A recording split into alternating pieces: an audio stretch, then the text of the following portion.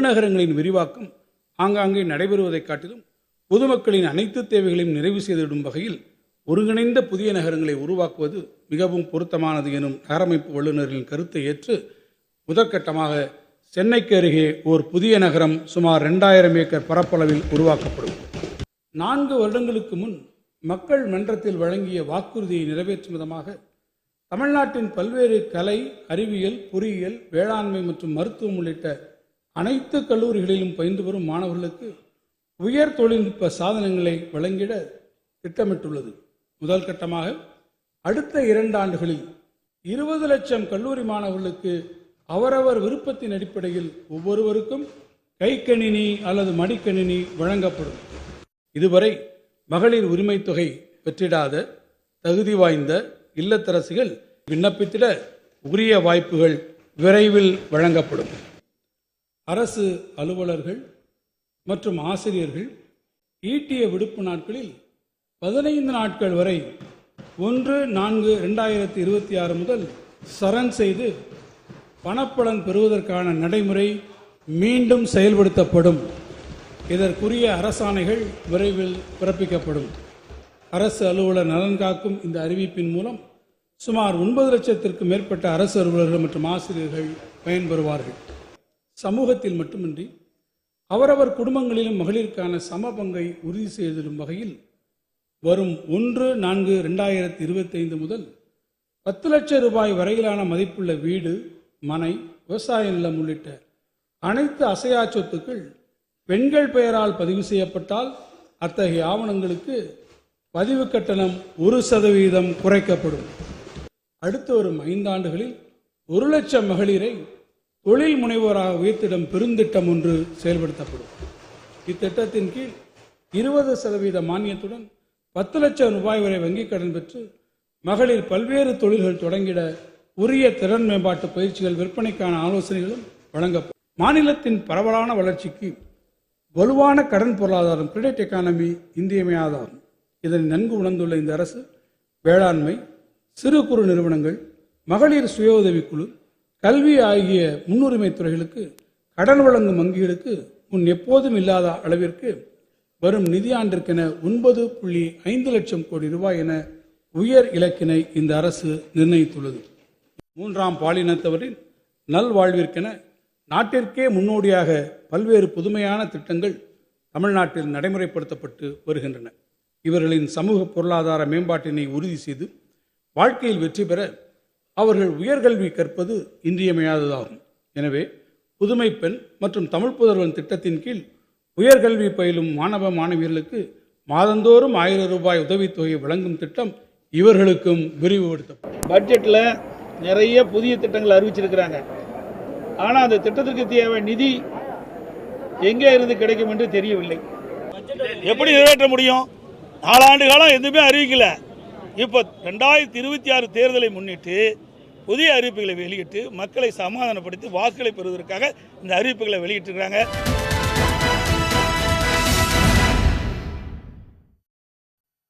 வணக்கம் நேயர்களே, கேள்விக்களம் நிகழ்ச்சிக்கு வரவேற்கிறோம்.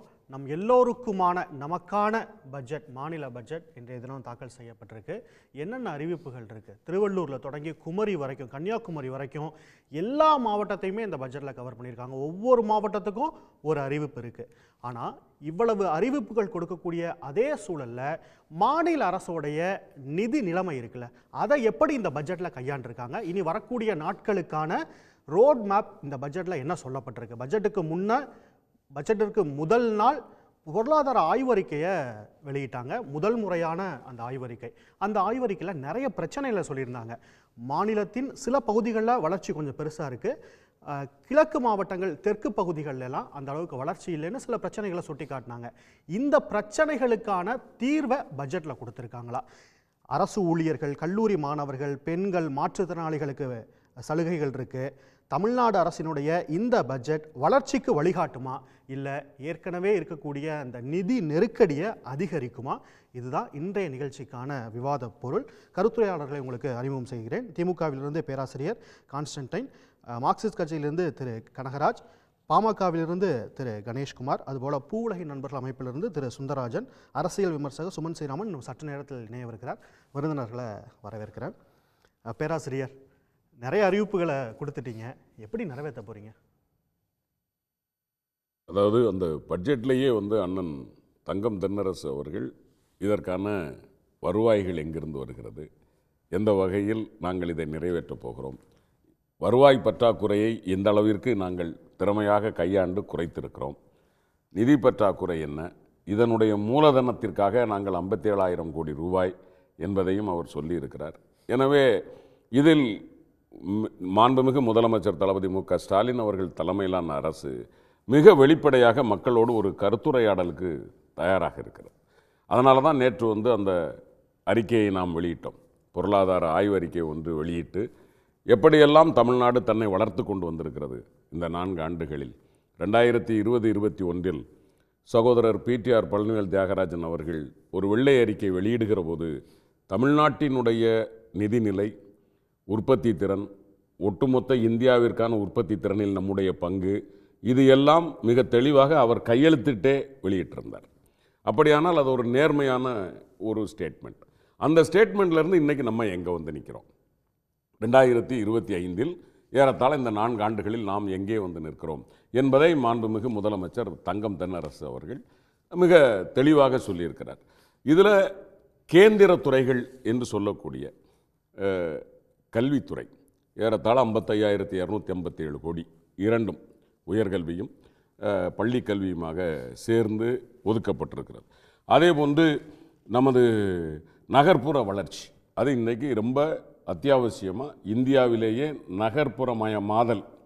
நகரமயமாதலில் இன்றைக்கு நம்ம மாநிலம் முன்னிலை. அதனால் அதுக்கு 34,966 கோடி ரூபாய் நம்ம ஒதுக்கியிருக்கிறோம். அதே மாதிரி மக்கள் நல்வாழ்வுத்துறை மிக முக்கியமானது. மக்களுக்கான சுகாதாரத்திற்கு அல்லது மருத்துவத்திற்கான தொகை 21,906 கோடி ரூபாய். இது அனைத்தையும் ஒரு பொருளாதார வளர்ச்சிக்கான ஒரு நாட்டினுடைய நரம்பு போன்ற திட்டம் எது என்று கேட்டால் நெடுஞ்சாலைகள். அவற்றிற்கு 20,722 கோடி ரூபாய். இப்படியாக துறைவாரியாக நாங்கள் நேற்று சொல்லியிருந்த எங்களுடைய பொருளாதார ஆய்வறிக்கையில் எதிலெல்லாம் கவனம் செலுத்த வேண்டும் என்று சொல்லியிருந்தோமோ அதிலெல்லாம் கவனம் செலுத்தும் வகையாக இந்த தொகைகள் ஒதுக்கப்பட்டிருக்கிறது. ஒதுக்கப்பட்டது மட்டுமல்ல, அதாவது இந்த அரசு எப்படி செயல்படுத்த போறீங்க? இப்ப எடப்பாடி எதிர்க்கட்சி தலைவர் கேட்கறதும் அதுதான். நிறைய அறிவிப்பு கொடுத்துட்டீங்க, எப்படி செயல்படுத்த போறீங்க? இல்லை, அவரு எனக்கு என்னன்னா அவரை விமர்சனம் பண்ணணும் அப்படிங்கிறதுக்காக விமர்சனம் பண்றாரு. முதல் வரி என்ன சொல்றாருன்னா, நிறைய திட்டங்கள் அறிவிக்கப்பட்டிருக்கு அப்படிங்கிறார். கடைசியாக கன்க்ளூட் பண்ணும்போது இந்த பட்ஜெட்டில் எந்த திட்டங்களும் இல்லை என்று முடிக்கிறார். அப்படியானா அவருக்கே ஒரு சின்ன சலனம் ஏற்படுகிறது. இந்த இதை விமர்சிக்கணுங்கிறதுக்காக விமர்சிக்கிறார். ஒருவேளை நான் இந்த பட்ஜெட்டினுடைய வெற்றி எது என்று நான் பார்க்கிறேன் என்றால், இன்றைக்கு பெரும்பாலும் நடக்கிற விவாதங்களில் அதிமுக தோழர்கள் பங்கெடுக்கவில்லை.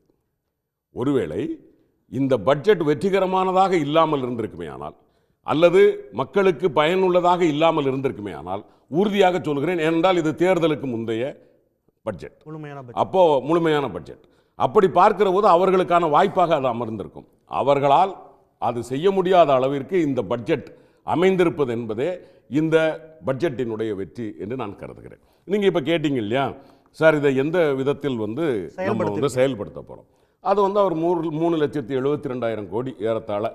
அதில் துறை வாரியாக அவர் சொல்கிறார், இந்த மாதிரி ஸ்கீம் போட்டு ஒவ்வொரு மாவட்டத்தையும் அவர் இன்க்ளூசிவ் க்ரோத், மாண்புமிகு முதலமைச்சர் அடிக்கடி சொல்வார், எல்லாரையும் ஒருங்கிணைந்து வளர வேண்டும் என்று சொல்வார். அந்த மாதிரி கன்னியாகுமரி முதல் நீங்கள் திருவள்ளூர் வரைக்கும் திட்டங்கள் ஒதுக்கப்பட்டிருக்கிறது. எனவே நீங்கள் இதை எப்படி நடைமுறைப்படுத்த போறீங்க அப்படிங்கிறதுக்கு நிதி ஆதாரத்தை தான் நீங்கள் கேட்க முடியும். ஆமாம், நிதி ஆதாரங்கிறது ஒரு பற்றாக்குறையில் இருக்கு, பற்றாக்குறை பட்ஜெட்டை நம்ம தாக்கல் பண்ணியிருக்கோம் அப்படிங்கிற விமர்சனத்தையும் எதிர்க்கட்சிகள் வைக்கல. அது நம்ம மறுக்கவே இல்லை. அதாவது நிதி பற்றாக்குறையில் மிக முக்கியமான விஷயம் என்னென்னா, இந்த நிதி பற்றாக்குறை ஏற்பட்டதற்கான காரணம் என்ன, அதோட காரணத்தை மட்டும் சொல்லாமல் இந்த நிதியை நாம் எப்படி செலவழிக்கிறோம் என்பதில் நீங்கள் பார்த்தீங்க அப்படின்னா 57,231 கோடி அது மூலதனம். அப்போ நம்ம வாங்குற 1,05,000 கோடியில் ஏறத்தாழ 50% வந்து நீங்கள் வந்து மூலதனத்துக்கு செலவிடுறீங்க. கடனை வாங்கி நாம் வந்து சலுகைகளையோ அல்லது அவர்கள் பாணியில் சொன்ன இலவச திட்டங்களையோ நம்ம அறிவிச்சிடல, மூலதனத்துக்கு கொண்டு வரோம். அதை விட மிக முக்கியமாக அதிமுக அரசு திரும்ப செலுத்தாத கடன் தொகை ஏறத்தாழ இப்போதைக்கு நம்ம 34,000 கோடி பண்ண போகிறோம். அப்போ நம்ம வாங்குற நிதி இருக்கு இல்லையா, இந்த நிதியில் 80% என்பது மூலதனமாகவும் கடன் திருப்பி செலுத்துவதற்குமான இருக்கிறதே தவிர மற்றபடி இந்த அரசாங்கத்தினுடைய நிதி நெறியாளுகை சரியாக இருந்த காரணத்தினால் நம் மக்களிடம் இருந்து வருகிற வரிப்பணத்தில் இருந்தே இந்த மாநிலத்தை தூக்கி நிறுத்துவதற்கான ஒரு பட்ஜெட். பாரதிய ஜனதா, மாநில பாரதிய ஜனதா ஒரு விமர்சனத்தை சொல்கிறாங்க. குஜராத் மாடல் திராவிட மாடலுங்கிற கம்பேரிசன் பொலிட்டிக்கல் ஸ்டேட்டில் இப்போ இருக்கும்போது குஜராத் அரசு 19,000 கோடி ரூபாய்க்கு வருமான மிகை பட்ஜெட்டை தாக்கல் பண்ணுறாங்க.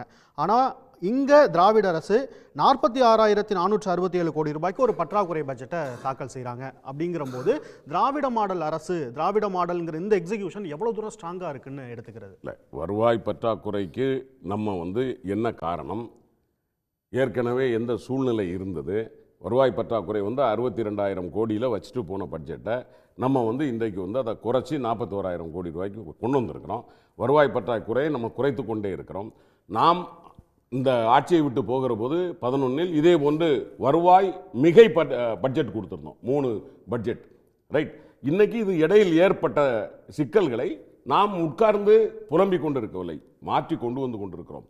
இன்னும் நான் சொல்லுகிறேன், நம்மளுடைய பொருளாதார வளர்ச்சியில் சில நேரங்களில், ரைட், இன்னைக்கு குஜராத் வந்து ஜிடிபிக்கு என்ன கொடுக்குது, ரேஷியோ என்ன, தமிழ்நாட்டினுடைய ரேஷியோ என்ன, number 2 contribute number, right. Number 1 அப்படிங்கிறது மகாராஷ்டிரா.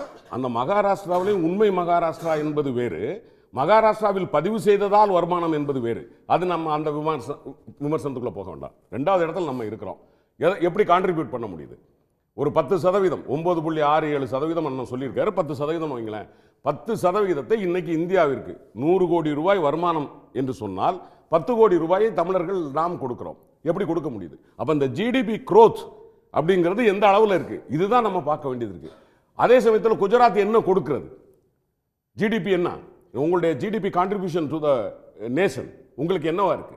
அப்படி பார்க்கிற போது வருவாய் பற்றாக்குறை என்பதை சரி செய்யக்கூடியது. ஆனால் இந்த பட்ஜெட் எப்படி வளர்ந்து கொண்டிருக்கிறது என்பதைத்தான் நாம் பார்க்க வேண்டும். சீரான முறையில் வளர்ந்து கொண்டிருக்கிறது. நிச்சயமாக தமிழ்நாடு முன்னேறும். பற்றாக்குறை பட்ஜெட் அப்படிங்கிறது வந்து சரி செய்யக்கூடிய ஒன்று தான். ஆனால் நாங்கள் வந்து மக்கள் முன்னே அந்த வளர்ச்சி குறியீடுகளை வந்து ஒவ்வொரு வருஷம் காட்டுறோம் அப்படின்னு சொல்கிறீங்க. திரு கணேஷ்குமார், நீங்கள் எப்படி பார்க்குறீங்க இந்த பட்ஜெட்டில்? மரியாதைக்குரிய அண்ணன் ரவிச்சந்திரன் சொன்ன மாதிரி பட்ஜெட் எப்படி வளர்ந்துக்கிட்டே இருக்குது அப்படின்னாரு. ஒரு பட்ஜெட்லேயும் கடன் வளர்ந்துக்கிட்டே தான் இருக்குது, எந்த இடத்துலையும் வந்து குறைஞ்சதாக இல்லை. இது ஏதோ நாங்கள் விமர்சனம் செய்வதற்காக சொல்கிறோம் அப்படின்லாம் இல்லை.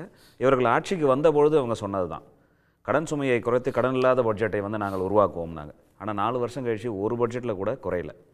அதே மாதிரி 2000 ஜிஎஸ்டிபி ஒரு வருஷத்துலையும் இருக்க தான் செய்யும். ஒரு வருஷம் ஏறும், இருக்கக்கூடிய சூழ்நிலை கருத்தான். ஜிஎஸ்டிபி ஏறுறதனுடைய விளைவு நீங்கள் ஒவ்வொரு துறைக்கும் உங்களுடைய நிதியை வந்து அதிகரிச்சிருக்கணும். ஆனால் உதாரணத்துக்கு சொல்லணும்னு சொன்னால் மருத்துவத்துறையில் எப்படி பார்த்தாலும் ஆண்டுக்கு ஒரு 3,000 கோடி ரூபாய் அளவிற்கு உயர்த்துவாங்க. இந்த 1,400 கோடி அளவிற்கு தான் உயர்த்திருக்கிறாங்க. அது கொஞ்சம் குறைஞ்சிருக்கு. இப்போ நீங்கள் ஒட்டுமொத்தமாக பொருளாதார வளர்ச்சி, பொருளாதாரம் என்று சொன்னால் இந்த நாட்டினுடைய கடன் சுமை ஆண்டுதோறும் அதிகரிச்சுக்கிட்டே தான் இருக்குது. இப்போ உதாரணத்துக்கு சொன்னார், நாங்கள் 55,000 கோடி மூலதன செலவு செய்கிறோம் அப்படின்னு. வாங்கக்கூடிய கடனில் கிட்டத்தட்ட 70,000 கோடி வந்து நீங்கள் வட்டி செலுத்துறதுக்கே உங்களுக்கு சரியாக போகுது. மீதி இருக்கக்கூடிய ஒரு 55,000 கோடி கடனை வந்து திருப்பி அடைக்கிறீங்க. அப்போ எங்கேருந்து உங்களுடைய கடன் சுமை குறையும்? இது ஒரு கேள்வி தானே. வருவாய் பற்றாக்குறை இல்லாத ஒரு பட்ஜெட்டாக 2025ஆம் ஆண்டு பட்ஜெட் இருக்கும்னு 2023 சொன்னது யாரு? நீங்க தானே சொன்னீங்க. நீங்க ஒரு கேள்வி எழுப்புறீங்க, சின்ன குறுக்கீடு. இந்த பட்ஜெட்லையும் கிட்டத்தட்ட 1.5 லட்சம் கோடி ரூபாய்க்கு 1,60,000 கோடி ரூபாய் அளவுக்கு கடன் வாங்குவோங்கிற ஒரு விஷயத்தையும் சொல்றாங்க. தே கான்ஃபிடென்ட், ரொம்ப கான்ஃபிடென்ட்டாக இருக்காங்க, மேனேஜ் பண்ண முடியும். ஜிடிபிக்குள்ளே தான் கடன் வாங்குகிறோம், வரையறுக்கப்பட்ட அந்த 26% தான் நாங்கள் கடன் வாங்குகிறோம். இதுதான் பொருளாதார நடைமுறை. ரிசர்வ் பேங்கை மீறி செய்ய முடியாதுன்னு சொல்கிறாங்களே. அப்போ நீங்கள் $1 ட்ரில்லியன் எக்கானமியை நீங்கள் அடைய மாட்டீங்க, அதை நீங்கள் ஒத்துக்கிறீங்க இல்லையா? நீங்கள் தானே சொன்னீங்க. இப்போ இந்த ரேஞ்சில் போச்சுன்னா $1 ட்ரில்லியன் எக்கானமியை உங்களால் அடைய முடியாது. அப்போ நீங்கள் இவ்வளோ நாள் போய் சொன்னீங்கன்னு ஒத்துக்கிறீங்களா? சார் ஒரு நிமிஷம் நான் முடிச்சார். 26% கடன் வாங்கலாம்ன்ற உங்களோட லிமிட். நீங்கள் அதை வாங்கணுன்றது வந்து உங்களுக்கு அவசியமெல்லாம் கிடையாது. உங்களுக்கு ஒரு லிமிட் அவங்க அறிவிக்கிறாங்க. ஏன்னு சொன்னா கடனுக்கும் எக்கனாமிக்கான இலக்குக்கும் வித்தியாசமே கிடையாது. சொல்றேன் வரேன். உங்களுடைய நிர்வாகம் தான் அதை வந்து வெளிப்படுத்தோன்றும். ஏன்னு சொன்னா சுதந்திரம் அடைந்து 2001ஆம் ஆண்டு ஜெயலலிதா, மரியாதைக்குரிய ஜெயலலிதா அவர்கள் ஆட்சிக்கு வரும்போது கடந்த திமுக அரசு திவால் பண்ணி விட்டுட்டு போயிட்டாங்க கவர்மெண்ட்டை. அதற்காக நாங்கள் கடை வாங்க வேண்டிய சூழ்நிலை இருந்தோம்னு சொல்லி 2006ஆம் ஆண்டு திமுக அரசு வந்த பிறகு 2011ஆம் ஆண்டு நான் சட்டமன்ற உறுப்பினராக இருக்கும்போது 1 லட்சம் கோடி கடன் இருந்தது தமிழ்நாட்டுக்கு. எப்போ 2011. அதற்கு பிறகு 10 ஆண்டு காலம் அதிமுக ஆட்சி இருந்தபோது 4,56,000 கோடிக்கு கடனில் இவங்ககிட்ட ஆட்சியை கொடுத்தாங்க. இந்த 4 ஆண்டு காலத்தில் எவ்வளோ ஆயிருக்காது? 9 லட்சம் கோடி கடனுக்கு பொந்து நின்று இருக்கு. இதெல்லாம் வந்து உங்களுடைய ஜிஎஸ்டிபிக்கு உட்பட்டு தான் இருக்குது அப்படின்றது வந்து ஒரு பக்கம் இருந்தாலும், ஜிஎஸ்டிபி என்பது பொருள சூழ்நிலை சுற்றுச்சூழலுக்கு ஏற்றா போல் இருக்கக்கூடிய காலகட்டத்தில் அந்த காலகட்டத்தில் இருந்த வளர்ச்சி 18%, இப்போ 27% வளர்ச்சி, 10% அதிகரிச்சிருக்கு. அதையும் கணக்கில் எடுத்து அதுதானே சொல்கிறேன். அதிகரிச்சு என்ன பிரயோஜனம்? எங்கே போச்சு அந்த நிதி? மூலதன செலவுக்கு தான் நாங்கள் பண்ணியிருக்கிறோன்றோம். ஏன் கடன் குறையல? அப்போ உங்கள் வருவாய் அதிகரிச்சிருக்கு, ஏன் கடன் குறையல? கடன் ஏன் அதிகரிச்சுட்டே போகுது? இது நான் சொல்கிறது வெறும் பொதுத்துறை நிறுவனங்களுக்கான கடன் இன்னும் அதிகமாக இருக்குது.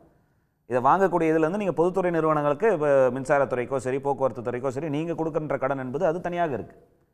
அப்போ பார்க்கும்போது எங்கே போச்சு? இந்த கேள்வி எழுமா எழாதா? இப்போ ஒவ்வொருத்தர் தலையிலையும் அன்றைக்கி 10,000 கடன் இருந்தது, இன்றைக்கி 1 லட்சம் கடனுக்கு வந்து நிற்குதில்ல. அப்போ எங்கே போகுது இந்த நாட்டினுடைய பொருளாதார வளர்ச்சி? சரி, நாங்கள் இவ்வளோ பண்ணியிருக்கிறோம் அப்படின்னு 20,000 இன்றைக்கி பள்ளிக்கல்விக்கு தான் வந்து முதல் ப்ரிஃபரன்ஸ் கொடுக்கணும், விவசாயத்துறைக்கு பிறகு பள்ளிக்கல்வித்துறைக்கு தான் வந்து நாங்கள் வந்து முதல் ப்ரிஃபரன்ஸ் கொடுக்குறோன்றது ஒரு மரபாக இருந்து கொண்டு இருக்கிறது. இப்போ அதுக்கு இருக்கக்கூடிய நிதியை வச்சு நீங்கள் பார்க்கும்போதே நாங்கள் 4,000 புதிய ஆசிரியர்களை நாங்கள் தேர்ந்தெடுப்போம், புதிதாக ஆட்களை வேலைக்கு எடுப்போம்னு சொல்லியிருக்கிறீங்க. ஆனால் காலி பணியிடங்கள் எவ்வளோ இருக்குது? சரி, நீங்கள் கடன் சார்ந்து நிர்வாகம் சார்ந்து பேசுனீங்க. அந்த விஷயத்தில் இன்னும் கொஞ்சம் கிளாரிஃபை பண்ணிடலாம். அதன் பிறகு காலி பணியிடங்கள் அந்த விஷயத்தில் நான் சொல்கிறேன். நிர்வாகத்தை வச்சு நான் சொல்கிறேன். இப்போ அடுத்து நீங்கள் வளர்ச்சி என்று சொன்னால் ஒரு துறையும் சார்ந்து இருக்க வேண்டிய வளர்ச்சி தானே. அதற்கான நிதியை வந்து நீங்கள் முழுசாக ஒதுக்கலன்றது தான் எங்களுடைய குற்றச்சாட்டு. மக்கள் கையில் இன்றைக்கி பணம் இருக்குது, வாங்கக்கூடிய ஸ்பெண்டிங் செலவு அப்படின்னு ஒன்று இருக்குது. வாங்கக்கூடிய கெப்பாசிட்டி மக்கள்கிட்ட இருக்கும்போது அது வளர்ச்சியின் குறியீடாக இருக்காதா அப்படிங்கிற ஒரு கேள்வி இருக்குது. நம்ம இன்னும் பேசலாம். ஒரே ஒரு பதில் மட்டும் சொல்லிடுறேன். வாங்கக்கூடிய கெப்பாசிட்டி எல்லாருக்கும் இருந்தால் நீங்கள் 1000 ரூபா கொடுக்க வேண்டிய அவசியம் இருந்திருக்காது.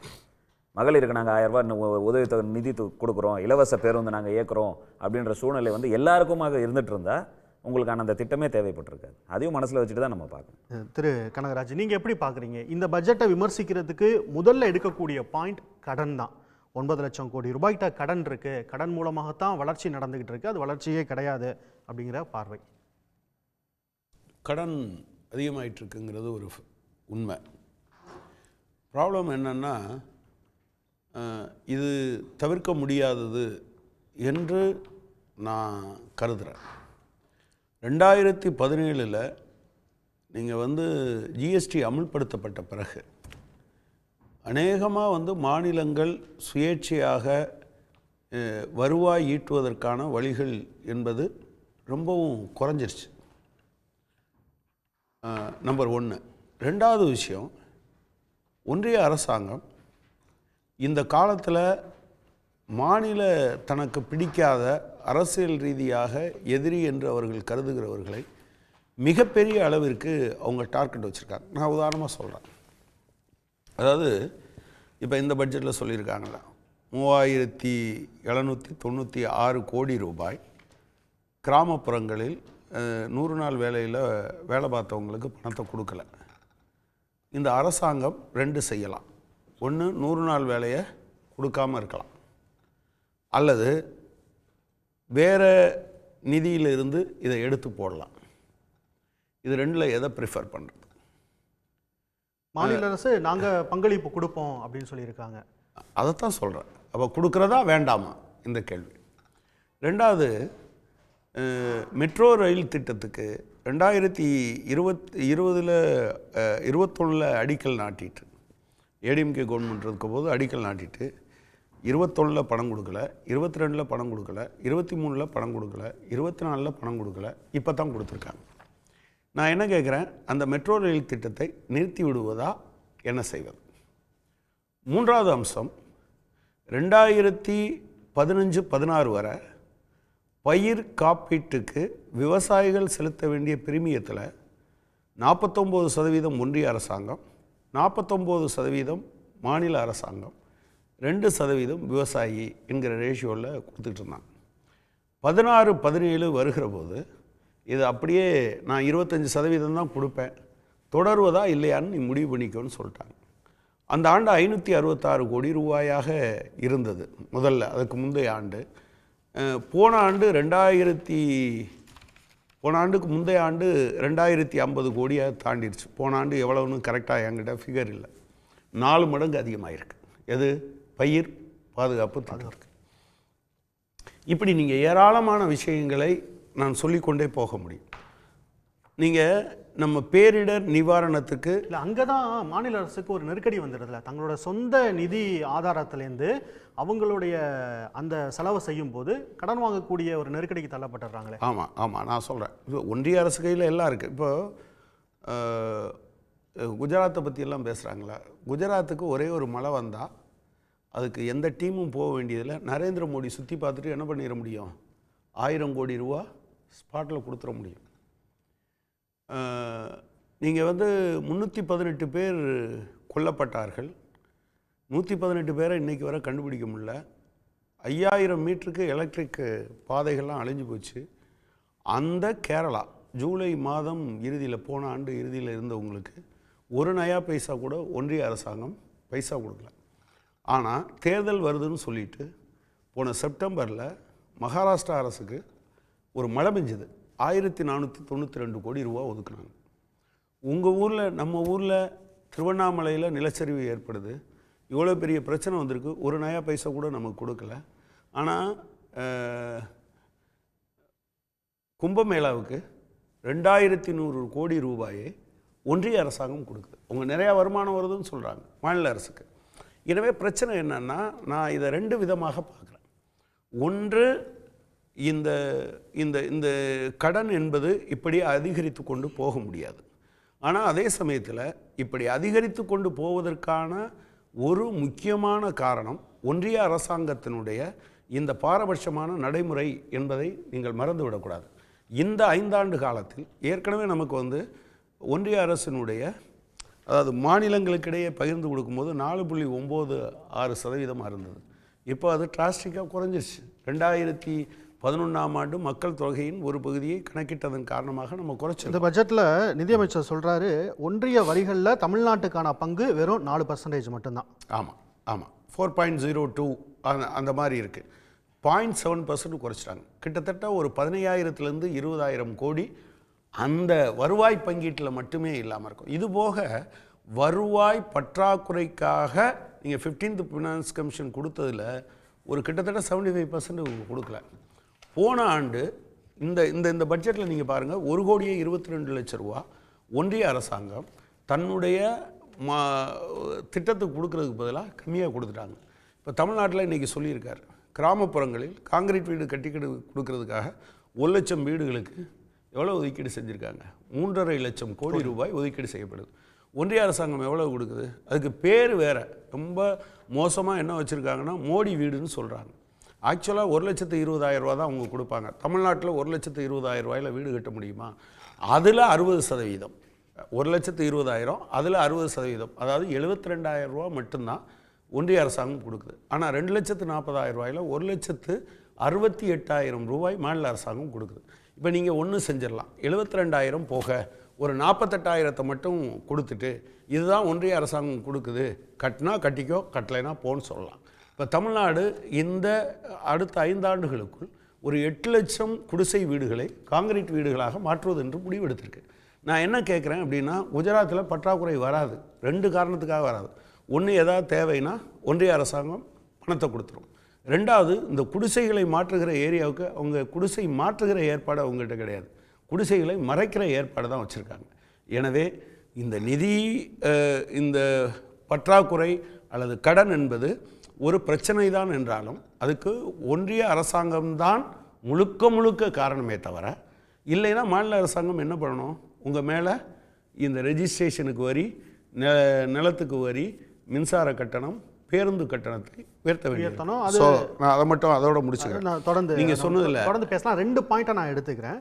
பற்றாக்குறை பட்ஜெட் தாக்கல் செய்கிறது வந்து வளர்ச்சிக்கான நெகட்டிவ் குறியீடு கிடையாது அப்படிங்கிற ஒரு அம்சத்தையும் இல்லை, நான் அப்படின்னா ஒன்றிய அரசாங்கம் 14,82,000 கோடி ரூபாய் ஃபிஸ்கல் டெபிசிட். நீங்கள் ஒட்டுமொத்தமாக நீங்கள் பார்த்தீங்கன்னா இந்த 10 ஆண்டுகளில் அவங்க 150 லட்சம் கோடி ரூபாய் கூடுதலாக, அதாவது சுதந்திரம் பெற்றதிலிருந்து 67 ஆண்டுகள் நம்ம வெறும் 52 லட்சம் கோடி தான் கொஞ்சம் கொஞ்சமாக சேர்ந்து கடன் இருந்தது. இந்த காலத்தில் அது 205 லட்சம் கோடி ஆகிருக்கு. இந்த கடனை எல்லா விதமான வருவாயையும் நீங்கள் செஸ்ஸு சர்சார்ஜ்னு ஒன்றிய அரசின் மொத்த வருவாயில் 10% இருந்ததை 24% மாற்றி யாருக்கும் பிரித்து கொடுக்காம மொத்தமாக எடுத்துக்கொண்ட பிறகும் கூட நீங்கள் 205 லட்சம் கோடியாக மாற்றிருக்கு. 3 மடங்கு அதிகமாக இருக்குது. எனவே பிரச்சனை என்னன்னு சொன்னால், நிதி ஆதாரங்களை மட்டும் வைத்து கொண்டவர்களே இவ்வளவு 3 மடங்கு வந்திருக்கு. நிதி ஆதாரங்களை கொடுக்க வேண்டியவர்கள் நமக்கு கொடுக்காததுனால இந்த திட்டங்களையும் சேர்த்து இதை பண்ண வேண்டியது இருக்குங்கிறத போது தமிழ்நாடு அரசாங்கம் உண்மையிலேயே அதில் ஒரு ரொம்ப பேலன்ஸ்டாக ரொம்ப ஒரு போராட்டம் நடத்தி தான் இதை சரிப்படுத்தி இருக்காங்க என்று தான் நான் பார்க்குறேன். மாநில அரசை கடன் வாங்கக்கூடிய ஒரு சூழலுக்கு ஒன்றிய அரசு தள்ளுதுன்ற ஒரு விஷயத்த சொல்லியிருக்கீங்க திரு சுமந்த், அப்படித்தானா? முதல்ல எல்லா நிதிநிலை அறிக்கையிலையும் நிறை இருக்கும், குறை இருக்கும். அது போன்று தான் இது தேர்தல் வேறு அடுத்த ஆண்டு வருகிறது. அதன் அடிப்படையில் நிறையா திட்டங்களை அறிவிக்க வேண்டிய ஒரு நிர்பந்தம் எந்த அரசாக இருந்தாலும் அதை செய்வார்கள். அதனால் அது ஒரு பெரிய ஒரு விஷயமாக நான் பார்க்கல. 2 பாயிண்ட்டு இப்போ அவர் சொன்னது, திரு கனகராஜ் அவர்கள் சொன்னதில் 2 பாயிண்ட்டு. ஒன்று, மத்திய அரசு கொடுக்க வேண்டிய பணத்தை எல்லாத்தையும் எடுத்துக்கிட்டாங்க, அதனால தான் நம்ம கடன் வாங்குகிறோம் அப்படின்னு சொன்னது ஃபேக்சுவலாக அது இன்கரெக்ட். ஏன்னா நீங்கள் 2021, 22, 23 பார்த்தீங்கன்னா இந்த சதவிகிதம் of state share of central டாக்ஸஸுக்கும் grant in aid from central கவர்மெண்ட்னு எடுத்திங்கன்னா ஒரு 2 வருஷம் முன்னாடி 5.2% இருந்தது. இப்போ 4.9% குறைஞ்சிருக்கு. 0.5-0.6%. சரி, 1%னே எடுத்துப்போம். நீங்கள் 1%ன்னு எடுத்துக்கிட்டிங்கன்னா எவ்வளோ வரும்? 1 லட்சத்துக்கு 10,000 கோடி. ஒரு 2 லட்சம் கோடிக்கு எடுத்தால் கூட 20,000 கோடி. 20,000 கோடி கொடுக்காததுனால நாங்கள் 1,62,000 கோடி கடன் வாங்க வேண்டிய ஒரு நிர்பந்தம் இருக்குதுன்னு சொன்னால் யாராவது ஏற்றுப்பாங்களா? ஸோ ஃபஸ்ட்டு ஒரு பாயிண்ட், மத்திய அரசினுடைய சில விஷயங்கள், விசிபிள் விஷயங்கள், உதாரணத்திற்கு புயல் நிவாரணம், இதுக்கெல்லாம் பணம் கொடுக்கல அப்படிங்கிறது உண்மை. அது ஒரு காரணம். ஓரளவுக்கு கடன் ஒரு 10,000 கோடி எக்ஸ்ட்ராவாக மத்திய அரசு கொடுக்காதனால பாரோ பண்ணோம், 20,000 கோடி பாரோ பண்ணோன்னு சொன்னாங்கன்னா கரெக்டு. ஆனால் இந்த 1,62,000 கோடியை மத்திய அரசு கொடுக்காதனால பாரோ பண்ணுறோன்னு சொல்கிறதுல எந்த விதமான ஒரு உண்மையும் இல்லை, லாஜிக்கும் இல்லை.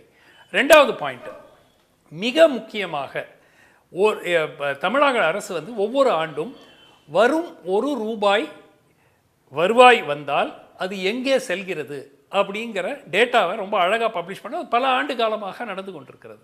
இப்போ அதை பார்க்கும்போது ஸ்ட்ரைக்கிங்காக என்ன இருக்கிறது? 3 ஆண்டுகளுக்கு முன்பு கடன், அதாவது வட்டி மற்றும் கடன் திருப்பி கொடுப்பது 20%. 2 ஆண்டுகளுக்கு முன்பு 22, 23ன்னு நினைக்கிறேன், ஒரு நிமிஷம், அது 22, 23ல்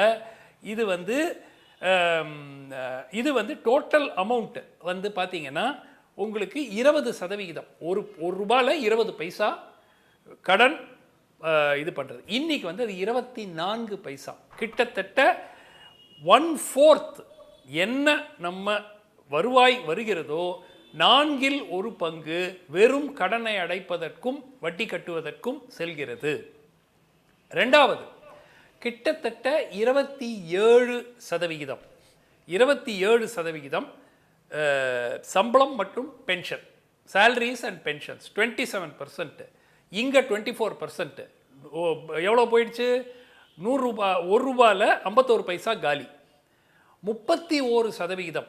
இது கிட்டத்தட்ட கான்ஸ்டண்ட்டாக இருக்குது. கடந்த சில ஆண்டு காலமாக பார்த்தீங்கன்னா சப்சிடிஸ் அண்ட் கிராண்ட்ஸ், இந்த திட்டங்களுக்கு எல்லாத்துக்கும். கேபிட்டல் எக்ஸ்பெண்டிச்சர், நான் என்ன கேட்கிறேன் என்றால் ஒரு விஷயந்தான், நீங்கள் கேபிட்டல் எக்ஸ்பெண்டிச்சரில் தான் நமக்கு மேக்சிமம் எவ்வளவு செலவழிக்கிறோமோ அது வளர்ச்சிக்கு அது வழிவகுக்கும். இங்கே கடந்த சில ஆண்டுகள் பார்த்தீங்கன்னா அதே 10.3%, 11.4%, ஒரு 6% இப்படி அப்படி போகுதே தவிர ஒரு பெரிய ஒரு ஜம்ப் வரவில்லை. ஸோ இதிலிருந்து என்ன நாம் புரிதல் எடுத்துக்கொள்ள வேண்டும் என்றால், இது வந்து இந்த கட்சி அந்த கட்சின்னு இல்லை, 5,18,000 கோடி சுமார் கடன் எப்போ 2021 அதிமுக ஆட்சி வெளியே போகும்போது. இன்று நிதியமைச்சர் என்ன கூறுகிறார், அடுத்த மார்ச் GDP வளர்ச்சி என்னன்றதையும் கொஞ்சம் சொல்லுங்க. 9,33,000. ஒரு நிமிஷம் இருங்க, நான் நீங்க கொஞ்சம் வெயிட் பண்ணுங்க, நான் முடிச்சிடுறேன். டெட் டு ஜிடிபி ரேஷியோ அப்படிங்கிறது நிச்சயமாக நம்ம ப்ரூடன்ட் ஃபிஸ்கல் பாரோயிங்குள்ளதான் இருக்கிறது, அதில் மாற்று கருத்து இல்லை. ஆனால் இது எங்க பிரச்சனை என்றால், நீங்க கொடுக்கிற ப்ரொஜெக்ஷன்ஸ் அடுத்த வருஷம் 3,30,000 கோடி வருவாய் அப்படின்னு ப்ரொஜெக்ட் பண்ணியிருக்கீங்க, அது வரவில்லை என்றால் நிச்சயமாக இது ஒரு குஷன் இருக்காது. எதுக்கு நான் சொல்றேன், இந்த வருஷமே நீங்க கொடுத்த எண்ணிக்கை எவ்வளோ, 2,99,000 கோடி. ஆனால் வந்தது 2,93,000. அதுவே ஒரு 6,000 கோடி கம்மியாக தான் வருவாய் வந்திருக்கு. ஸோ இப்போ நம்ம ப்ரொஜெக்ட் பண்ணுறது 3,30,000 கோடி. அது ஒருவேளை 3,15,000 17,000 கோடியாக வந்தால் நமக்கு இந்த டெட் டு ஜிடிபி ரேஷியோ பெருமளவில் பாதிப்பு இருக்குதோ இல்லையோ, கடன் சுமை இந்த 24%ங்கிறது 26% ஆயிரும், ஆர் 25.5% ஆயிரும். ஸோ என்னன்னு பார்த்தீங்கன்னா, ப்ரொடக்டிவாக கடன் வாங்குறது தப்பே கிடையாது. அதுக்கு தான் மத்திய அரசே சொல்லுது 28% வரைக்கும் டெட் டு ஜிடிபி ரேஷியோவில் நீங்கள் கடன் வாங்கலான்னு மத்திய அரசே சொல்லுது. தமிழ்நாடு 26%ல் இருக்கும், அதற்குள்ளே தான் நம்ம பாரோ பண்ணுறோம், தப்பு கிடையாது. எதற்காக இது செலவழிக்கிறோங்கிறதுல தான் மிக முக்கியம். வளர்ச்சி திட்டங்களுக்கு இது செலவு செய்யப்படுகிறதா இல்லையா அப்படின்னு பார்க்கறதுல தான் இங்க சிக்கல் வருது. சாலரிஸ், பென்ஷன்ஸ் 20,000 கோடி ரூபாய் சுட்டி காட்டுறீங்க, 2,000 கோடி ரூபாய் 10ல் 1 அத ஒன்றிய அரசு கொடுக்கல, நாங்க கொடுக்கறோம், எங்க பணத்துல இருந்து 2,000 கோடி ரூபாய் ஒதுக்குறாங்க, அதுக்கான நிதி ஆதாரம். கரெக்ட் இல்லைங்க. நான் என்ன சொல்றேன்னா, நீங்க இது எல்லாத்தையும் மத்திய அரசு தான் இந்த கடன் சுமை தமிழ்நாட்டுக்கே மத்திய அரசு தான் காரணம் அப்படின்னு எடுத்துக்கிட்டோன்னு வச்சுப்போம். அதற்கு டேட்டா நீங்க கொடுக்கணும். மத்திய அரசு இவ்வளவு கொடுத்துருக்கணும், அதுல இவ்வளவு கொடுக்கல, 2,000 கோடி இங்க, 5,000 கோடி அங்க, 4,000 கோடி இங்க, இப்படி எல்லாத்தையும் நீங்க கணக்கு போடுங்க, 20,000 கோடி வரும். ஸோ இந்த 20,000 கோடி கொடுக்காததுனால நான் 1,62,000 கோடி கடன் வாங்குறேன் அப்படின்னு சொன்னா யாராவது ஏத்துப்பாங்களா? நான் வந்து ஒரு விஷயம், இது வந்து ப்ளஸ் இதில் வந்து சில கடன் எல்லாம் இன்க்ளூட் ஆயிருக்கா இல்லையாங்கிறது கிளாரிஃபிகேஷன் இல்லை. யூஸ்வலாக அது இன்க்ளூட் ஆகாது. டான்ஜெட்கோ 1,60,000 கோடி, அது தனியாக ஒரு ரூட்டில் ஓடிட்டு இருக்கு. தமிழ்நாடு டிரான்ஸ்போர்ட் கார்பரேஷன் அங்கே ஒரு 25,000 கோடி கடன். முன்னாடியெல்லாம் வந்து அது இந்த கடனில் இந்த பட்ஜெட்டினுடைய ஸ்டேட் கவர்மெண்ட்டினுடைய டெட்டில் அது இன்க்ளூட் ஆகாது, அது தனியாக. ஏன்னா அது வந்து அட்டானமஸ் கார்பரேஷன் அப்படிங்கிறதுனால தனியாக போகும். அதெல்லாம் சேர்த்தீங்கன்னா உங்களுக்கு கிட்டத்தட்ட 11 லட்சம் கோடிக்கு மேலே கடன் சுமை ஏறிக்கொண்டிருக்கிறது. நான் என்ன சொல்கிறேன்னா, கடன் அப்படிங்கிறது தப்பு கிடையாது, ஆனால் எதற்காக இது செலவழிக்கப்படுகிறது என்று சிந்திக்க வேண்டும். ரெண்டாவது, முதல் இந்த திமுக அரசு ஆட்சி பொறுப்பு ஏற்கும் போது திரு பிடிஆர் தியாகராஜன் அவர்கள் அப்படியே வந்து ஒரு ரெவல்யூஷன், நான் வந்து இது ஒரு மோசமான பட்ஜெட் என்று கூறவில்லை, ஆனால் இதில் வந்து ஒரு ரிமார்க்கபிள் பட்ஜெட் என்று கூறுவதற்கு ஒன்றும் கிடையாது. அதுதான் நான் சொல்கிறேன்.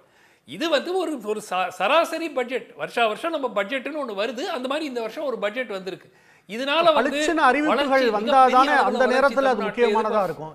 நிறைய நிபுணர்கள் ரொம்ப டெக்னிக்கலான பட்ஜெட்டாகவும் இதை சொல்றாங்க.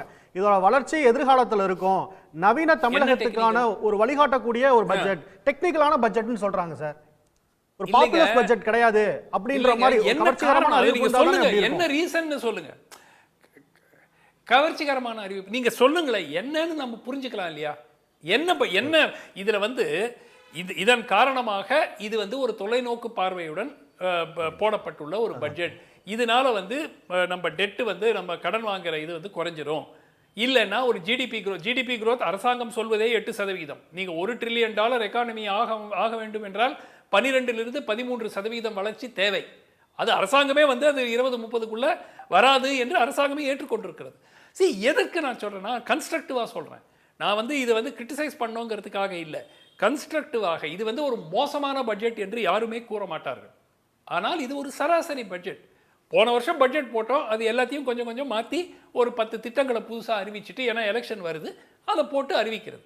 இது வந்து ஒரு அப்படியே வந்து தமிழகத்தை மாற்றக்கூடியவோ இல்லை ஒரு பெரிய டிரான்ஸ்ஃபார்மேஷன் உருவாக்கக்கூடிய பட்ஜெட்டாகவோ நான் பார்க்க மாட்டேன். அதுதான் ஃபேக்ட். மோசமான பட்ஜெட் இல்லை, அது உறுதியான. தமிழகத்தின் முகத்தை இந்த பட்ஜெட் மாத்தாதுன்னு சொல்றீங்க திரு கனகராஜ். உங்களோட பதில் வாங்குறேன். ஒன்றும் பெருசா பண்ணல. நான் தொடர்ந்து பேசலாம், நம்ம அடுத்த ரவுண்ட்ல பேசலாம். திரு சுந்தரராஜன், தமிழ்நாட்டோட எல்லா பக்கமும் திருவள்ளூர்ல தொடங்கி கன்னியாகுமரி வரைக்கும் எல்லா இடங்களையும் ஏதோ ஒரு அறிவிப்புகள் இருக்கு. தொழில்துறை சார்ந்த அறிவிப்புகள் நிறைய இருக்கிறத பார்க்க முடியுது. ஒருங்கிணைந்த வளர்ச்சியை சாத்தியப்படுத்துமா? அதாவது இந்த பட்ஜெட் பற்றிய எங்களுடைய கருத்துக்களுக்கு செல்வதற்கு முன்பாக நாங்கள் விஷயத்தை குறிப்பிட்டு சொல்ல விரும்புகிறேன். சரியாக கிட்டத்தட்ட ஒரு மாதத்துக்கு முன்பாக ஒன்றிய அரசு தாக்கல் செய்த ஒன்றிய நிதி அமைச்சர் நிர்மலா சீதாராமன் அவர்கள் தாக்கல் செய்த நிதிநிலை அறிக்கையில கிளைமேட் சேஞ்சுங்கிற வார்த்தையே கிடையாது. காலநிலை மாற்றம் என்கிற வார்த்தையே வந்து அந்த பட்ஜெட்ல வந்து கிடையாது. ஆனால் தமிழ்நாடு அரசு நேற்று சமர்ப்பித்த பொருளாதார ஆய்வறிக்கையில காலநிலை மாற்றத்தால் தமிழகம் எந்த அளவுக்கு பாதிக்கப்பட்டு கொண்டிருக்கிறது, பல்வேறு பேடர்கள் நம்ம எப்படி தாக்குதலுக்கு உள்ளாகி நாம் எப்படி பல்வேறு சவால்களை சந்தித்து வரும் என்பதை திட்டமிட்டு தெரிவித்திருந்த நிலையில் நிச்சயமாக காலநிலை மாற்றம் குறித்த பல்வேறு அறிவிப்புகள் இருக்கும் என்று நாங்கள் எதிர்பார்த்திருந்தோம்.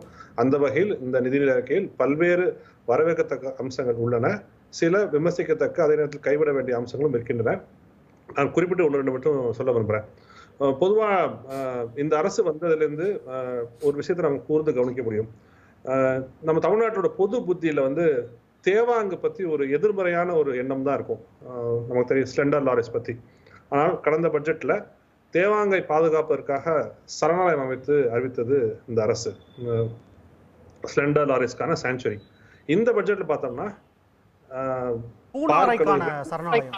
பூனாரை மட்டும் இல்ல, பார்க்கழுகள், கழுகுகள், இந்த ராப்டர்ஸ், அதாவது வேட்டையாடக்கூடிய பறவைகள் சொல்லணுமா, அந்த பறவைகளுக்கான ஒரு சரணாலயத்தை, பாதுகாக்கப்பட்ட பகுதியை, ஆராய்ச்சி மையத்தை வந்து அறிவித்துள்ளது இந்த அரசு. இதெல்லாம் நிச்சயமாக வரவேற்க வேண்டிய அம்சம்.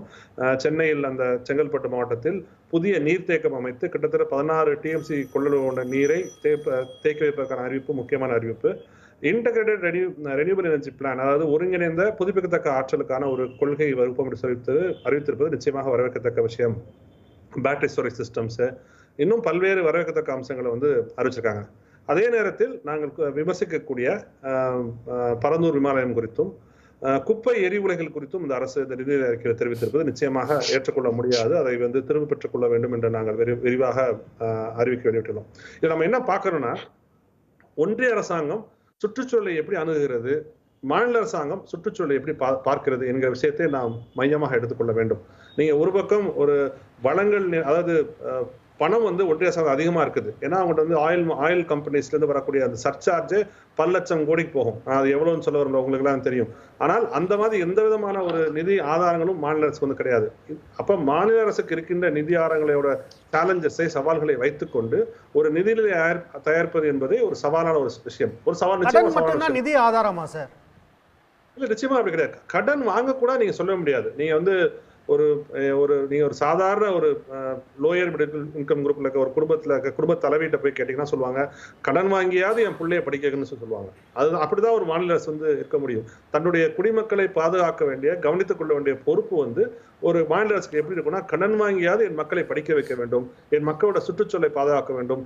இங்க வந்து பகுத்துண்டு பல்லுயிர் ஓம்புதல்னு நம்ம சொல்லிட்டு போறதுல அர்த்தமே கிடையாது. ஆனால் அந்த பல்வேறு உயிரினங்களை பாதுகாக்கக்கூடிய பல்வேறு திட்டங்களை வந்து நம்ம செயல்படுத்த வேண்டும். நான் அதுக்காக விமர்சனம் இல்லைன்னு நான் ஏற்கனவே சொன்னேன். விமர்சனங்கள் இருக்கின்றன. உதாரணமாக பம்ப்டு ஸ்டோரேஜ் சிஸ்டம்ஸ் வந்து நாம் நீலகிரியில் வந்து அனௌன்ஸ் பண்ணிக்கோ. நீலகிரி இருக்கிற நிலச்சரிவுகள் அதிகமாக ஏற்படக்கூடிய பகுதி, அந்த பகுதியில் போய் நாம் வந்து புதிதாக நீர்த்தேக்கங்கள் அமைப்பது என்பது ஏற்றுக்கொள்ள முடியாது. இந்த மாதிரி விமர்சனம் சார்ந்த விஷயங்கள் நாங்கள் தொடர்ந்து வைக்கத்தான் செய்கிறோம். ஆனால் நிச்சயமாக ஒரு ஒப்பீட்டளவில் நம்ம ஒன்று ஒப்பிட்டு சொல்லணும்னா, ஒரு காலநிலை மாற்றம் என்கிற வார்த்தையே இல்லாத ஒரு ஒன்றிய அமைச்சரின் நிதி அறிக்கையை பார்க்கும் பொழுது நிச்சயமாக தமிழக அரசு இன்று தாக்கல் செய்துள்ள நிதி அறிக்கை, அதுவும் குறிப்பாக நிதி அமைச்சரே சுற்றுச்சூழல் மற்றும் காலநிலை மாற்றத்திற்கும் அமைச்சராக இருப்பதால் கூடுதலாக கவனம் செலுத்தி, குறிப்பாக கோஸ்டல் ஃபண்டு 50 கோடி ரூபாய் வந்து ஒதுக்கியிருக்காங்க. அதாவது அலையாத்தி காடுகள், இன்னும் பல விஷயங்களை பாதுகாப்பதற்காக இந்த நிதியம் பயன்படுத்தப்படும். தமிழகம் மிகப்பெரிய அளவில் பேடரை சந்தித்து வருவதால் இன்னமும், அதாவது ஒரு பேடர் மேலாண்மை விஷயங்களை ஒரு 50 கோடி ரூபாயில் மேம்படுத்தி ஒரு state of the art monitoring systems வந்து போடுவதற்கான அறிவிப்பும் இந்த நிதி அறிக்கையில் வந்து இருக்குது. தனுஷ்கோடியில் முக்கியமாக பூநாரைகளுக்கான ஒரு சரணாலயம், அது வந்து நாங்கள் நீண்ட நாட்களாக கோரி வரக்கூடிய விஷயம். பூநாரைகள் மட்டுமல்ல, அந்த பகுதியில் பல்வேறு உயிரினங்கள் செழித்து வாழக்கூடிய ஒரு பகுதியில் தனுஷ்கோடியில் நம்ம ஏற்கனவே அங்கே வந்து மன்னார் வளைகுடா பாதுகாக்கப்பட்ட மரைன் பயோடைவர்சிட்டி ஹாட்ஸ்பாட் நம்ம சொல்றோம். அதுவும் இருக்க இடத்துல இந்த தனுஷ்கோடி பறவை சரணாலயம் அறிவித்திருப்போம் நிச்சயமாக வரவேற்கத்தக்க ஒரு விஷயம். நான் சென்னையை குறிப்பிட்டு ஒரு விஷயத்தை கேட்கணும்னு நினைக்கிறேன். ஏற்கனவே சென்னையில் அடையாறு வடசென்னை வளர்ச்சி திட்டம், அடையாறு சீரமைப்புக்கு ஒரு 1500 கோடி ரூபாய் நிதி இப்படின்னு பழைய ப்ராஜெக்ட்ஸ் ஒரு புறம் இருக்கும்போது, நீரின்றி அமையாது உலகுன்னு சொல்லி சென்னையில் சுற்றுச்சூழல் திட்டம்னு ஒரு 2423 கோடி ரூபாய் சென்னையில் 6வது நீர்த்தேக்கம் கோவளத்தில் உருவாக்குறாங்க. இப்போ இதெல்லாம் கிரவுண்டில் அமல்படுத்தினா என்ன மாதிரியான பலனை கொடுக்கும், அது ஒரு கேள்வி. அமல்படுத்த முடியுமா இப்போ இருக்கக்கூடிய இந்த பிரச்சனைகளில்? ஏற்கனவே அறிவித்த திட்டமும் இருக்கு.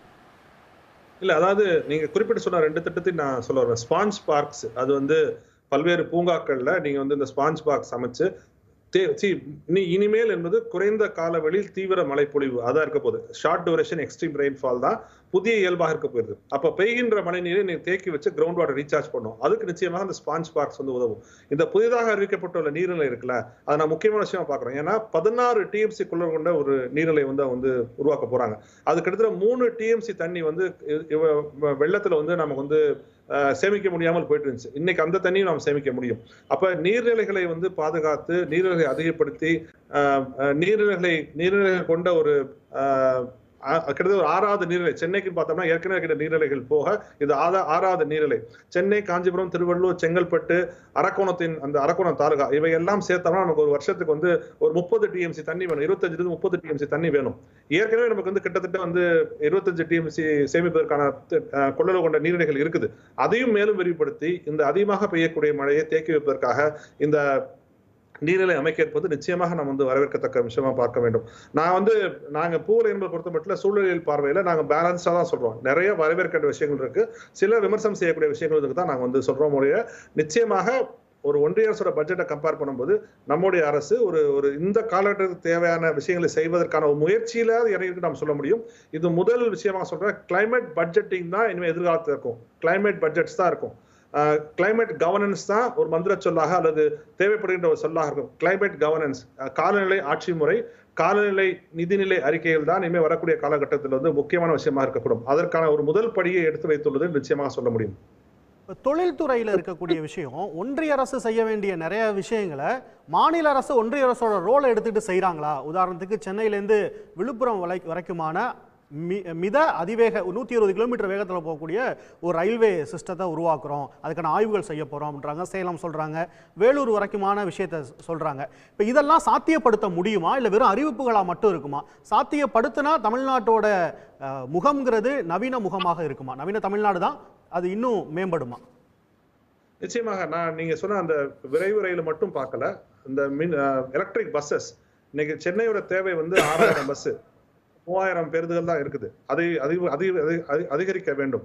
அதுல 950 பேருந்துகள் வந்து எலக்ட்ரிக் பஸ்ஸஸா நம்ம வந்து வாங்குறோம். இதே மாதிரி மற்ற நகர்களுக்கும் நம்ம வந்து வாங்குறோம். இது வந்து ஒரு மாடர்ன் இன்னைக்கு காலநிலை மாற்றம் கொண்டிருக்கக்கூடிய விஷயங்களுக்கு ஒரு முகமாக நாம் பார்க்க வேண்டும். நீங்க சொன்ன அந்த ரயில் திட்டம் இருக்குல்ல, மெட்ரோ திட்டமும் புதுசா அறிவிச்சிருக்காங்க. இதெல்லாம் பொது போக்குவரத்தை அதிகரிப்பான விஷயமா நாம் பார்க்க வேண்டும். பொது போக்குவரத்து அதிகமானதான் சாலை நெருக்கடி மட்டுமல்ல, வாகன புகை மட்டுமல்ல, எல்லாம் குறைந்து ஒரு மாசற்ற ஒரு தமிழ்நாடாக நம்ம, அதாவது வளர்ந்த தமிழ்நாடு, வளர்ச்சியடைந்த தமிழ்நாடு, ஒரு மாடர்ன் தமிழ்நாடு என்பது வெறும் கட்டிடங்கள் மட்டுமல்ல.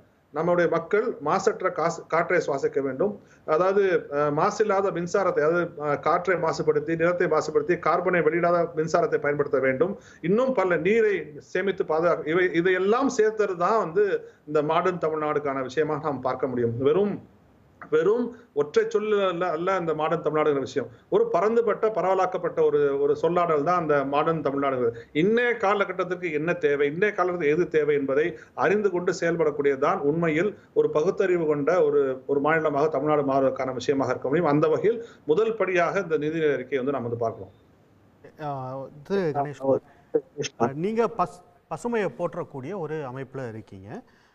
இந்த பட்ஜெட் வெறும் தமிழ்நாட்டை நவீனமாக மாற்றுறது மட்டும் இல்லாமல், காலநிலை மாற்றத்தை யார் பேசணுமோ அந்த கட்சி பேசலை, ஒன்றிய அரசு பேசலை. ஆனால் ஒரு பொருளாதாரத்துக்குள்ள காலநிலை மாற்றத்தை இன்னைக்கு காலையில் நிறைய பொருளாதார நிபுணர்கள் தொலைக்காட்சி நேரலையில் பேசும்போது அவங்க இதை வித்தியாசமாக குறிப்பிட்டு சொன்னாங்க. டெக்னிக்கலான ஒரு பட்ஜெட்டில் ஃபினான்ஸ் பேசக்கூடிய ஒரு இடத்துல சுற்றுச்சூழலை கொண்டு வந்து சொல்கிறாங்களே அப்படின்னு, அதை எப்படி பார்க்குறீங்க? இல்லை, அந்த திட்டங்கள் எல்லாம் நாங்கள் வரவேற்று தானே இருக்கிறோம். நீர்நிலைகளை உருவாக்குவதெல்லாம் நாங்கள் வரவேற்றுக்கிட்டு தான் இருக்கிறோம். காடு வளர்ப்பு திட்டத்தை வந்து அதிகப்படுத்துறதுல இந்த அரசு எடுக்கக்கூடிய முன்னெடுப்புகள்லாம் நாங்கள் துணையாக தான் இருக்கிறோம். இந்த கிளைமேட் எமர்ஜென்சி என்பது இன்றைக்கு நேற்று வந்ததல்ல. ஏன்னா நீங்கள் சொல்ல வேண்டியதுன்னு சொன்னால் இந்த அரசாங்கம் துவங்கப்பட்ட காலத்திலேயே அவங்க சொன்னாங்க ஒரு பசுமை பட்ஜெட்டையே நாங்கள் வந்து உருவாக்குவோம் அப்படின்லாம் வந்து ஆரம்பத்தில் க்ரீன் பட்ஜெட்டை கூட வந்து நாங்கள் உருவாக்கக்கூடிய சூழ்நிலை வரும் அப்படின்னு. எல்லாம் நாங்கள் முன்னெடுத்த திட்டங்கள் தான். உதாரணத்துக்கு சொல்லணும்னா அக்ரிகல்ச்சருக்கு தனி பட்ஜெட் வேணும்னு நாங்கள் பல காலமாக போராடிட்டு இருந்தோம். அது இந்த அரசு வந்து நிறைவேற்றுது. அது நாங்கள் வரவேற்க தான் செய்கிறோம். நல்ல திட்டங்களை வரவேற்கிறோம். நாங்கள் சொல்வது என்னவென்று சொன்னால் இந்த பட்ஜெட் நீங்கள் வந்து இவ்வளோ தூரம் பேசக்கூடிய அளவிற்கான ஒரு பட்ஜெட்டாக இல்லை என்பது வந்து நிதர்சனமான உண்மை. கடந்த அதிமுக ஆட்சி காலத்தில் என்ன நடந்ததோ அதுதானே இப்போவும் நடக்குது. என்ன மாறி விட்டது என்பது தான் எங்களுடைய ஒரு பெரிய கேள்வி. அது முன் வச்சு தான் நாங்கள் அடுத்த கட்டத்துக்கு போய்ட்டுருக்கோம். பேராசிரியர், அதிமுக ஆட்சி காலத்தில் நடந்தது தானே, என்ன புதிய மாற்றம் அப்படிங்கிற கேள்வி. கடன் அப்படிங்கிற ஒரு அம்சத்துக்குள்ளே இவ்வளவு திட்டங்களை நீங்கள் பட்டியலிட்டால் கடன் தானே பிரதானமாக தெரியும். ஒன்றிய அரசுலேயே உங்களுக்கு வரக்கூடிய அந்த 24 பைசா அப்படிங்கிறத நீங்கள் எப்படி செலவு பண்ணுறீங்க அப்படிங்கிற ஒரு கேள்வி முன்வைக்கப்படுது. முக்கியமாக ஒன்று என்னென்னா, சகோதரர் சுமன் ஸ்ரீராமனும் சரி, தம்பி கணேஷ் அவர்களும் சரி, இந்த லோன் கடன் பற்றி ரொம்ப கவலைப்படுறாங்க. நமக்கு அந்த கவலை இருக்குது. ஆனால் என்ன அப்படின்னா, இந்திய மாநிலங்களினுடைய கடன் விகிதாச்சாரம், அதாவது ஒட்டுமொத்த உற்பத்திக்கும் கடனுக்குமான ரேஷியோ, அதில் பார்த்தீங்கன்னா பஞ்சாப் வந்து 44.1 அதில் முதலிடத்தில் இருக்குது. ரைட். நமக்கு முன்னாடி இப்படி வெஸ்ட் பெங்கால், ராஜஸ்தான் இவங்கெல்லாம் 36, 37 இப்படி வந்து 18 மாநிலங்கள் கடனுக்கும் ஜிஎஸ்டிபிக்குமான ரேட் வந்து எபவ் 30 அப்படின்னு இருக்காங்க. நம்ம வந்து அதில் 19வது இடத்துல வந்து 26 ரேஷியோ. அப்போ ஒன்று என்ன புரியுது அப்படின்னா, இந்திய மாநிலங்கள், பெரும் மாநிலங்கள் எல்லோருக்குமே இந்த கடன் வாங்க வேண்டிய கட்டாயம் இருக்கிறது. இது தமிழ்நாட்டிற்கு மட்டும் ஏதோ இருந்து விடவில்லை. இப்போ நிறைய பேர் பேசும்போது சுமன் சுட்டி காட்டுறாருல, நீங்க 2030 ஒரு டார்கெட்டை ஃபிக்ஸ் பண்றீங்க. ஆனா அதுக்கான ஜிடிபி வளர்ச்சியை கூட இன்னும் நம்ம எட்டலையே. சராசரியாக, அதாவது ஒரு ஜிடிபி growth அப்படிங்கிறது வந்து பொருளாதாரத்தை பார்க்கிறவங்களுக்கு தெரியும். தமிழ்நாட்டை மட்டும் சம்பந்தப்படுத்திய பொருளாதார வளர்ச்சியாக இருக்க முடியாது. இந்தியாவும் உண்டு, உலகமும் உண்டு. ரைட். ஒரு பொருளாதார வளர்ச்சியில் மேக்ரோ எக்கனாமிக்ஸ் அப்படின்னு சொல்லி பார்த்தீங்க அப்படின்னா, நம்மளுடைய பக்கத்து ஸ்டேட்டு கூட நம்மகிட்ட இம்பேக்டை உருவாக்கும். ரைட். நம்மளுடைய நோக்கம் $1 ட்ரில்லியன், அதில் மாற்றுக்கிறது கிடையாது. சராசரியாக இப்போ நீங்கள் பார்த்தீங்க அப்படின்னா ஒன்றிய அரசு 4.6, 6.5 இப்படி இருக்கும்போது நம்ம வந்து ஒரு 8% வளர்ச்சியை நம்ம கொண்டு போயிட்டு இருக்கோம். இப்போ 4 ஆண்டுகளாக 8% வந்திருக்கு அப்படிங்கிறத தொடர்ந்து அதை நம்ம கொண்டு போயிட்டு இருக்கோம். இது சாதாரண விஷயம் இல்லை. ஏன்னா ஒன்றிய அரசு வந்து 6.4 இருக்கும்போது ஒரு மாநிலம் வந்து நம்ம 8.3க்கு போகிறோம் அப்படின்னா இந்த மாநிலம் வளர்ந்து கொண்டு இருக்கிறது. ரைட். அதுக்காக ராக்கெட் வேகத்தில் நம்ம போயிட முடியுமா? முடியாது. ஓகே, அதைத்தான் நம்ம சொல்கிறோம். இப்போ சகோதரர் கேட்டார், நீங்கள் வந்து இந்த மாநில வளர்ச்சியில் வந்து இது தொலைநோக்கு பார்வையில் என்ன வந்துடும்? தொலைநோக்கு பார்வையில் இந்த பசுமை திட்டமும் இருக்குது. ரைட். நீர்வளத்துறைக்கு நம்ம 2000 கோடி ஒதுக்கி அடுத்த தலைமுறைக்கான ஒன்றை நாம் இன்வெஸ்ட் பண்ணுறோம்ல, 2200 கோடி நீர்வளத்துறையில். அது யாருக்காக? அதே மாதிரி போக்குவரத்து துறைக்கு நம்ம இன்னைக்கு வந்து 2100 கோடி ரூபாய் வந்து கிராமப்புற சாலைகள் மேம்பாடு. இதனுடைய வளர்ச்சி இன்னைக்கு தெரியாது. அப்போ ஒவ்வொரு துறைக்கும் அடுத்த கட்டத்திற்கான வளர்ச்சியை நோக்கி தான் இந்த இன்வெஸ்ட்மெண்ட். எதுவுமே வந்து தேர்தலுக்காக. சகோதரர் சுமன் சி ராமன் சொன்னார், இது வந்து தேர்தலுக்காக என்ன அறிவிச்சிருக்கணும் அவரை சொல்லுங்க. இந்த திட்டத்தில் நாங்கள் அறிவித்திருக்கிற திட்டத்தில் இப்போ 10,000 வந்து மகளிர் சுய உதவி குழுக்கள். அந்த நிதி எப்படி பயன்படுத்துறீங்க அப்படிங்கிறது தான். நிதி பயன்படுத்துறது அங்கே இருக்குதேங்கிற. ஒவ்வொரு துறைக்கும் எவ்வளவு ஒதுக்கி இருக்கிறோம், என்ன செலவழிக்க போறோம், எல்லாம் பட்ஜெட்ல இருக்கு. இது இப்போ நான் திரும்ப பழையபடி நான் தங்கம் தென்னரசனை வாசிச்சதை நான் வாசிக்கணும், அவ்வளவுதானே. மற்றபடி வந்து அதுல வந்து நாங்க எந்த ஒளிவு மறைவும் மொத்தமா வருமானம் இவ்வளவு நாங்க இதெல்லாம் செலவழிக்க போறோம்னு சொல்ல. ஒவ்வொரு திட்டத்திற்கும் எத்தனை 1000 கோடி எப்படி செலவழிக்க போறோம் எல்லாம் பட்ஜெட்ல இருக்கு. அப்ப நாங்க வந்து தேர்தலுக்கான பட்ஜெட் அப்படின்னு சொல்லி நாங்க பார்த்திருந்தால், இப்ப நம்ம மூலதனத்துக்காக 57,000 கோடி செலவழிக்கிறதுல ஒரு 5,000 கோடி நாங்க இலவசமா அறிவிச்சுட்டு போயிருக்கலாமே. யாரோ ஏழை எளியவங்களுக்கு அறிவிச்சுட்டு போயிடலாமே. நம்ம அப்படி நினைக்கல. நிச்சயமாக சொல்லுகிறேன், கவர்ச்சிகர திட்டமா வேண்டாம், அந்த நேரத்தில் மக்களை நம்ம அப்படி எந்த திட்டமும் நம்ம இங்க கொடுக்கல. நம்ம கொடுத்திருக்கக்கூடிய ஒரே ஒரு நீர்வள மேம்பாடா இருக்கட்டும், மகளிருக்கானதா இருக்கட்டும், இப்ப சொல்ல போனா கல்வி நிலையங்களில் உயர்கல்வி நிறுவனங்களுக்கு நம்ம புதுசா அந்த குவாலிட்டி சப்போர்ட் சிஸ்டம் அது கொண்டு வர்றதா இருக்கட்டும், இது எல்லாமே ஒரு தொலைநோக்கு பார்வை தான். அடுத்த தலைமுறை எதை நோக்கி போகும். இன்னும் ரொம்ப முக்கியமான விஷயம், 20 வருஷத்துக்கு முன்ன ஒரு டைடல் பார்க் உருவாக்கி ஐடி சர்வீஸ்ல ஒரு பெரிய ரோட் மேப்பா உருவாக்குனாங்க. இப்ப செமிகண்டக்டர் அடுத்த ஒரு மிகப்பெரிய ஒரு தாக்கத்தை ஏற்படுத்துறாங்க. அதை சுட்டி காட்டியிருக்காங்க.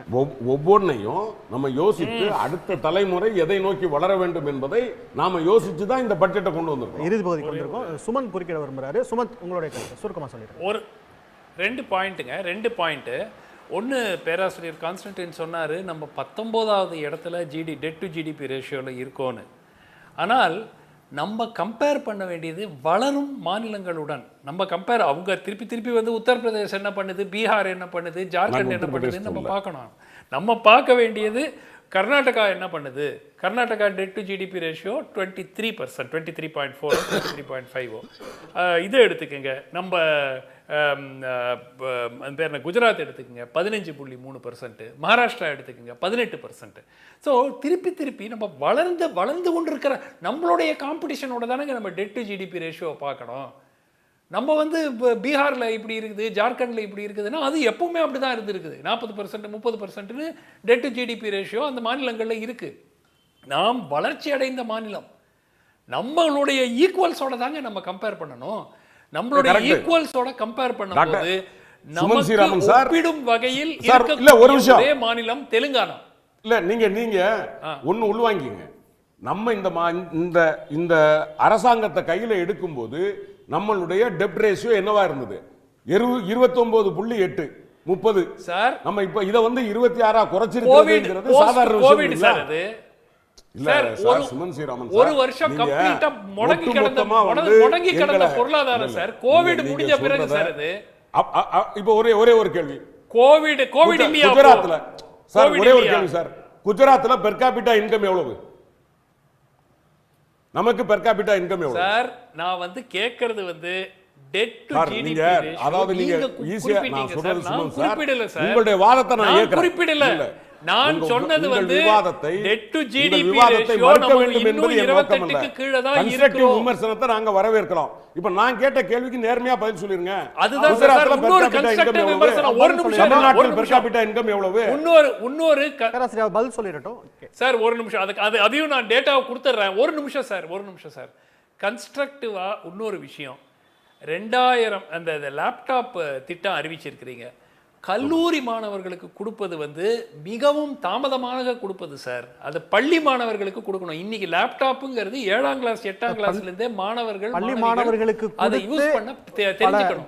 பல திறமையான மாணவர்களை கல்லூரிக்கு அனுப்பிச்சு வச்ச ஸ்டேட் தான் சார் இது. என்னது திருப்பி சொல்லுங்க. பள்ளி மாணவர்களுக்கு பள்ளி மாணவர்களுக்கு தாங்க அது தேவை. அதுதாங்க திட்டம் நிறுத்தப்பட்டது. அந்த திட்டம் மாணவர்களுக்கு, பள்ளி மாணவர்களுக்கு லேப்டாப் கொடுக்கும் திட்டம் நிறுத்தப்பட்டது. அதை ரீஸ்டார்ட் பண்றது ஒரு வரவேற்கத்தக்க திட்டமாக இருக்கும். நான் இது கூட வரவேற்கிறேன், இது தப்புன்னு சொல்லலை. ஆனால் ஒரு 18 வயதுக்கு பிறகு ஒரு லேப்டாப்பை கொடுக்கறது நீங்க பள்ளியில் இருக்கும் போது லேப்டாப் கொடுக்கணும். ஏன்னா அப்பதான் அந்த மாணவர்களுக்கு, பெரும்பாலான மாணவர்களுக்கு வளரும் பருவத்தில் அவர்கள் அந்த டெக்னாலஜியில அவங்க யூஸ் ஆகணும். பள்ளிக்கல்வித்துறை அமைச்சரோட சமீபகால பேட்டிகளை நம்ம பார்த்திருந்தோம்னா எந்த அளவுக்கு வகுப்பறைகள், தமிழ்நாட்டில் கூடிய வகுப்பறைகள் டிஜிட்டல் வகுப்பறைகளாக மாறிட்டு இருக்கு அப்படிங்கறதெல்லாம் நம்ம இருக்கு. நீங்க ஒரு விமர்சனத்தை முன் வைக்கிறீங்க. நம்ம ஒரு நிறைவு பகுதிக்கு மாணவர்களுக்கு லேப்டாப் கொடுக்கிறது பள்ளியில கொடுக்கலாமே. நீங்க ஒரு ஆலோசனையா அதை சொல்றீங்க, பள்ளி மாணவர்களுக்கு கொடுக்கலாமே அப்படின்னு. 20 லட்சம் அரசு கல்லூரிகள். ஒரே ஒரு second. Per capita Tamil Nadu versus குஜராத்னு எடுக்கும்போது பெரிய வித்தியாசம் இல்லை. 2,70,000 is the per capita income in Gujarat.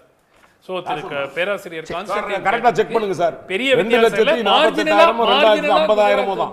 இல்ல 2,50,000 தான் பிஐபி சொல்லுது. இல்ல, கவர்மெண்ட் 2,00,000 கவர்மெண்ட் ஆஃப் இந்தியா ஒரு நிமிஷம் நான் 2,50,000 நமக்கு 2,78,000. இல்ல கவர்மெண்ட் ஆஃப் இந்தியா டேட்டாவே கொடுத்துறேனே.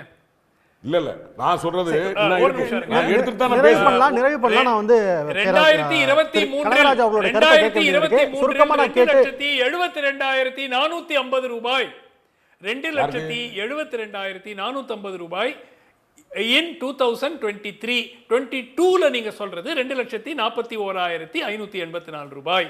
சோ 30,000 ரூபாய் அதிகரிச்சிருக்கு குஜராத்தில் அந்த ஓராண்டில்.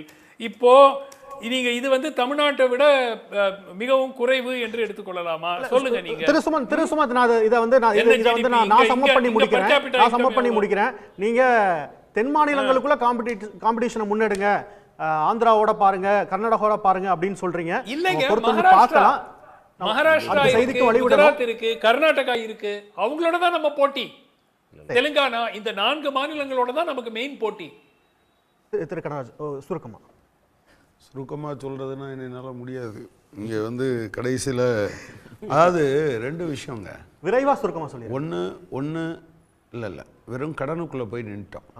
ப்ராப்ளம் என்னென்னா சென்ட்ரல் கவர்மெண்ட்டும் அவங்களுடைய வருமானத்தில் 24% கடனுக்கு தான் கட்டிக்கிட்டு இருக்காங்க. அது ஒன்றும் சாதாரணமான விஷயம் இல்லை. அவங்க கடன் வாங்க முடியும், ரிசோர்ஸ் மொபிலைசேஷனுக்கு வாய்ப்பு இருக்குது, மாநிலங்களுக்கு கொடுக்குறத மறுத்துருக்காங்க. ஆனால் 24% கடனும் அதிகமாக இருக்குது என்பதை பார்க்கணும். இந்த கவர்மெண்ட் வரும்போது ஏற்கனவே இருக்க 5 லட்சம் கோடியில் நீங்கள் வந்து கொடுக்குறதும் அதே மாதிரி திரும்ப வந்து அதுக்கான வட்டியை கொடுக்குறதும் புதுசாக வாங்குறதுமான விஷயம் இருந்தது.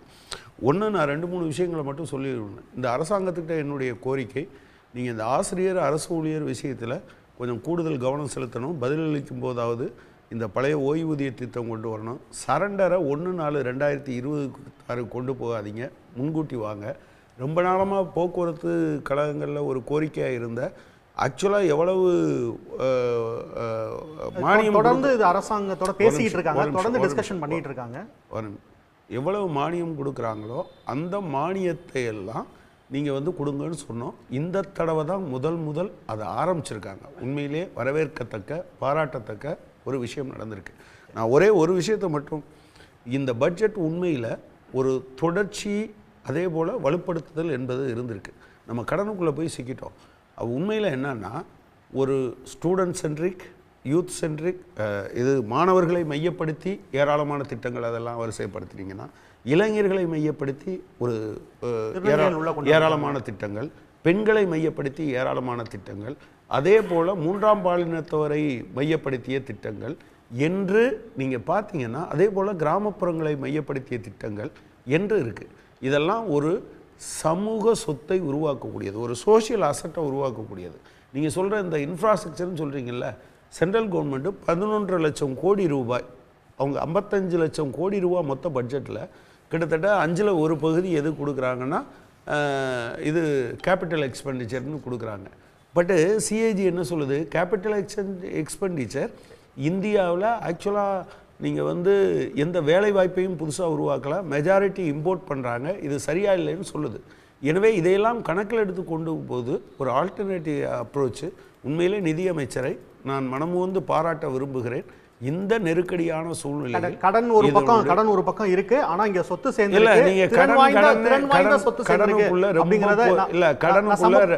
கடனுக்குள்ள ரொம்ப போய் நிக்காதீங்கிறத நான் திரும்ப சொல்றேன். நீங்க ஓவராலா இருக்கக்கூடிய விஷயங்கள்ல இருந்து ஒரு ஒரு ஒரு ஒன்றிய அரசாங்கம் எல்லாத்தையும் மேனேஜ் பண்ற ஒன்றிய அரசாங்கமே 24% வச்சிருக்கிற போது, ஒன்றிய அரசாங்கத்தால் நிராதரவாக விடப்பட்ட ஒரு மாநில அரசாங்கத்தினுடைய இந்த பற்றாக்குறை என்பது பெருசல்ல. நிறைவு செய்யலாம். செய்திக்கு வழிவிடணும், நேரம் கடந்து. ஒரே ஒரு விஷயம் மட்டும், ஏன்னா கடன் என்பதை வந்து நம்ம சாதாரணமாக எடுத்துக்க முடியாது. ஏன்னா திரும்ப வந்து மக்கள் தலையில தான் வந்து நிக்குது. அந்த கடனுடைய வெளிப்பாடு தான் நீங்க இபி கட்டணம் உயர்த்தப்படுகிறது, வீட்டு வரி இல்ல பயன்படுத்தும் போது வரி என்பது சொல்லுங்க. நீங்க ஒருத்தருடைய வருமானத்தை உயர்த்த வேண்டும் என்று சொன்னால் வேலை வாய்ப்பு அதிகப்படுத்தணும். அதுலயும் நம்ம தோல்வி அடைஞ்சிருக்கிறோம். இந்த அரசாங்கத்தை வேலை வாய்ப்பு தேர்தல் அறிக்கையில சொன்னது திரு கணேஷ்குமார் நிறைவு செய்யலாம். பங்கேற்பாளர்களின் பங்களிப்புக்கு நன்றி. வணக்கம். உடனுக்குடன் செய்திகளை தெரிந்து கொள்ள சன் நியூஸ் பெல் ஐகானை கிளிக் பண்ணுங்க.